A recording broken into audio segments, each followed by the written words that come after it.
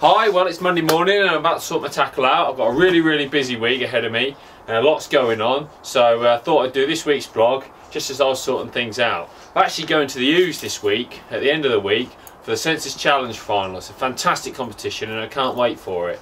But what I'm going to tell you about now is the end of the Steynie League. So we've been fishing teams of 3. Obviously those of you who've been watching the blogs will know we've updated with a few latest updates and what have you on how we've been going. My team was doing alright. We were sitting second in the league, which when you consider there was 19 teams of 3 entered the league originally, you know, we were happy at laying second. But every year the last match throws up something. I tried to move it forward a bit this year, so the league was just finished into March, but still, because we've had a mild winter, what's happened is the fish have started to move out of the length. It just shows how powerful the seasons are for fish migration, because what's happened is the roach have actually begun to migrate out of the length, and what we were left with was a few perch, not many roach at all.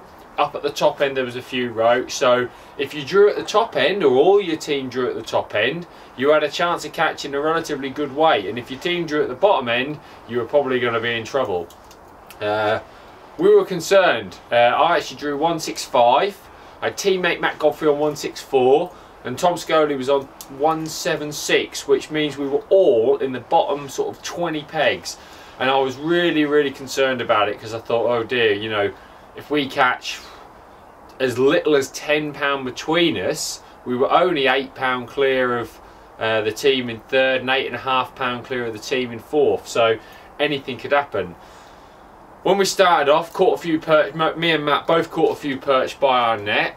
I turned to Matt and said, look, I'm going to have a little look for a bonus fish. Obviously we're in the same team, so I can communicate with him. It's a little bit different to any other situation.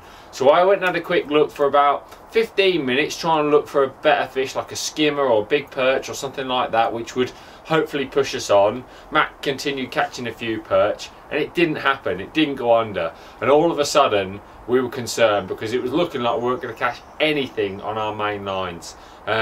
We both came back in and we caught a few perch again, kept catching a few perch. I spoke to Tom on the phone. This is what team fishing is all about, communication, seeing what's going on. Tom said he was catching a few perch, and even though we say it all the time, make every fish count, that's what we kept saying to each other. Just keep putting something in the net. You keep putting something in the net, they've got to catch one more to beat you. So we were thinking about maintaining the lead. We knew we weren't going to catch the leaders, so that's what we kept doing. And then towards the last sort of hour or so, Matt started getting an odd roach mixed in, and then he caught a few roach late on, and I thought, that's brilliant, that's fantastic. They started to catch a few roach down that way, but we weren't catching any roach. Darren Bickerton was fishing an excellent match next to me, just fishing around his keep net, trying to catch little perch, you know, and keep a weight going over. In the end, that's what happened. At the weigh-in, I had £4. I weighed exactly £4. Matt weighed £5 and Darren's weighed £5. Now, it's not often, I think actually Darren weighed about £5.10, so it's not often that I get beaten both sides on the Steynie, but it's happened this weekend. There was no roach to catch, and jigging around for a few perch, maybe I should have fished around my net longer. If I'd have just kept going around my net, maybe I would have kept a few fish, but I kept rotating my lines, kept hoping. I mean, me and Matt were looking very similar, and obviously that late runner roach pushed him on a pound, and that was really what I was trying to you know, go for. I was trying to avoid that situation whereby I didn't want to be £2, you know, £1.5 pounds, because I tried fishing for roach all day. So I kept catching a few perch, kept catching a few roach, and even though it was poor fishing, because it was a team match, I quite enjoyed it. I kept thinking, right, keep putting something in the net. I actually finished second in the section. There was a split between me and Matt. Darren won my section and Matt won the section below. That was fantastic news in the individual league, because that meant Matt had won the individual league. Fantastic performance, 6 section wins and a second and a third. Great performance. Andy Geldart further down the length, he'd won his section. That put Andy on 5 section wins, 2 seconds and a third for a second overall. When you consider the 60 anglers, I think that's fantastic. And I was lucky enough to finish third. I had 4 section wins and 4 seconds. So I've had a really consistent series of 8 matches, and I've had some great matches in between, some great open matches and some great other matches in between on the Steynie, so I'm really happy with the campaign. Then it was all down to the team situation.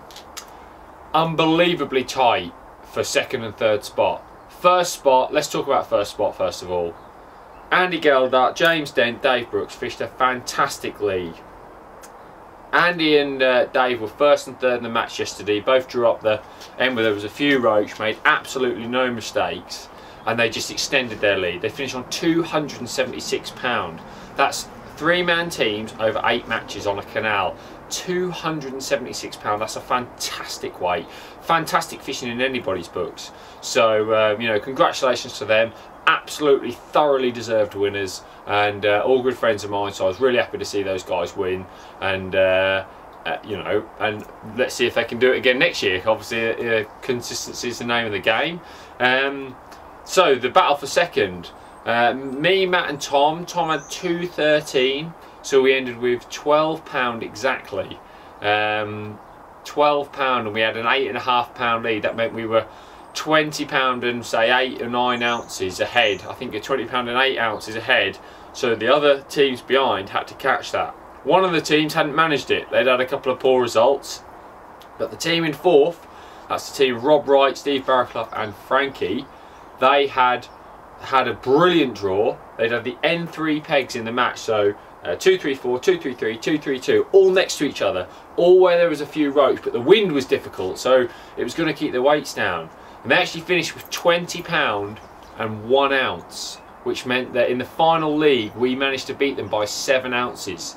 That's astonishing if you think it's 8 matches, 3 rounds, 3 people per match, and we've only finished 7 ounces ahead. So even though Matt and Tom always take the mick out of me for saying every fish counts, on that occasion it certainly did, because we finished second in the league and a really nice pickup. They obviously finished third, and the Census North team finished fourth. And a quick word on them, those guys have fished that canal, they're local to the canal and they fish it all the time, and they've really put the work in. Sometimes local anglers think that they can't beat the superstars that come from further away. Sometimes they decide to stand up and take them on, and that's exactly what those 3 guys have done. They've stood up, they've practiced hard on the canal, and they've come forth. They've beat some fantastic anglers. I mean, just in 5th was Camazan Starlets. There was other 2 Barnsley teams further down, and they've stepped in their 4th place, final place in the money, and done really well. They could have won the league. They were second with 3 rounds to go, and I think anything could have happened there. If they'd have had some better draws towards the end, they could have won it. So fantastic performance by them. Just quickly before I go, I'm going to talk to you a little bit about how I prepare for the Steynie. Like I said, I've had a fantastic campaign. I've won 2 matches on the matches in between. I've framed in some other matches. I've had a steady first or second all year throughout on the canal, which I'm really happy about. I love to be consistent on the canal. That's what I'm all about. I like to try and get consistent results all the time. And what I do for a winter campaign, I want to keep things simple. So the first thing I do is prepare a set of rigs, okay?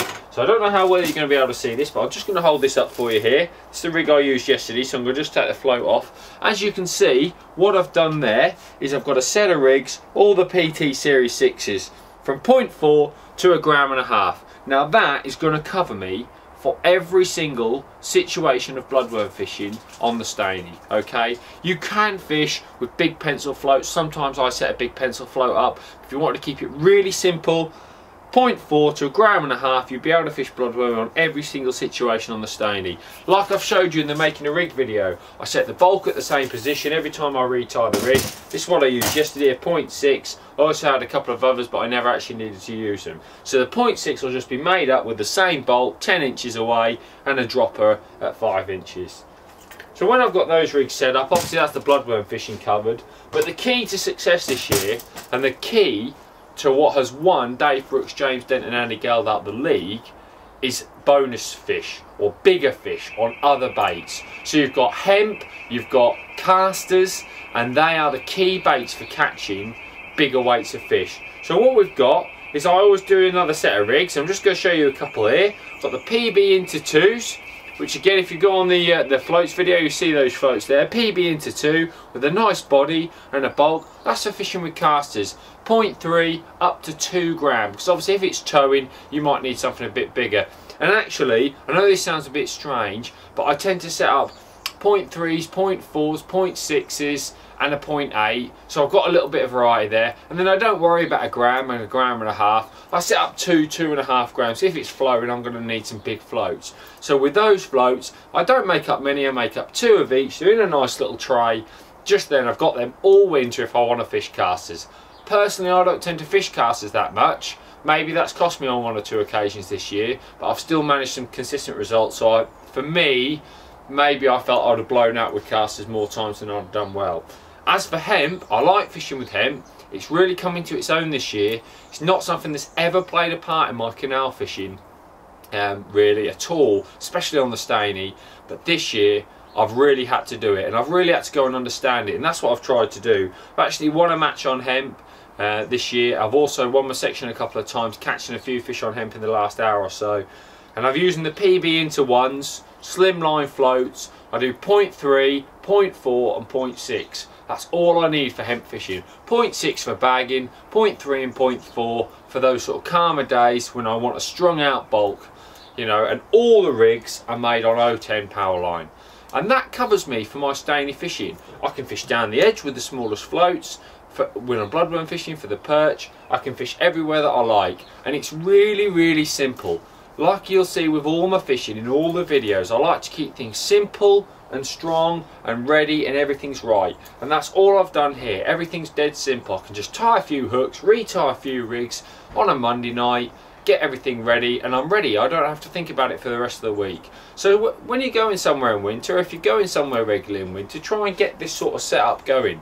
A regular set of rigs, a regular set of tackle that you don't have to maintain too much, because during the winter when it's cold, you get in on a Sunday, you're cold, you just want to get in, have some food, you've got to go to work Monday. If you can just do a few bits Monday night, that'll get you sorted. Anyway, that's this week's vlog. Just before I go, we've run a fantastic series of 8 matches, and I just want to say a great big thank you to Tom Scully and Matt Godfrey for helping me run the matches. We're a team, certainly not my league, certainly not Tom's league on its own. It's our league together, and we've run a fantastic series of matches that I'm really, really proud of. And I hope that if you're watching this, maybe you'll think about coming and fishing them next year. Dates will be out later this year.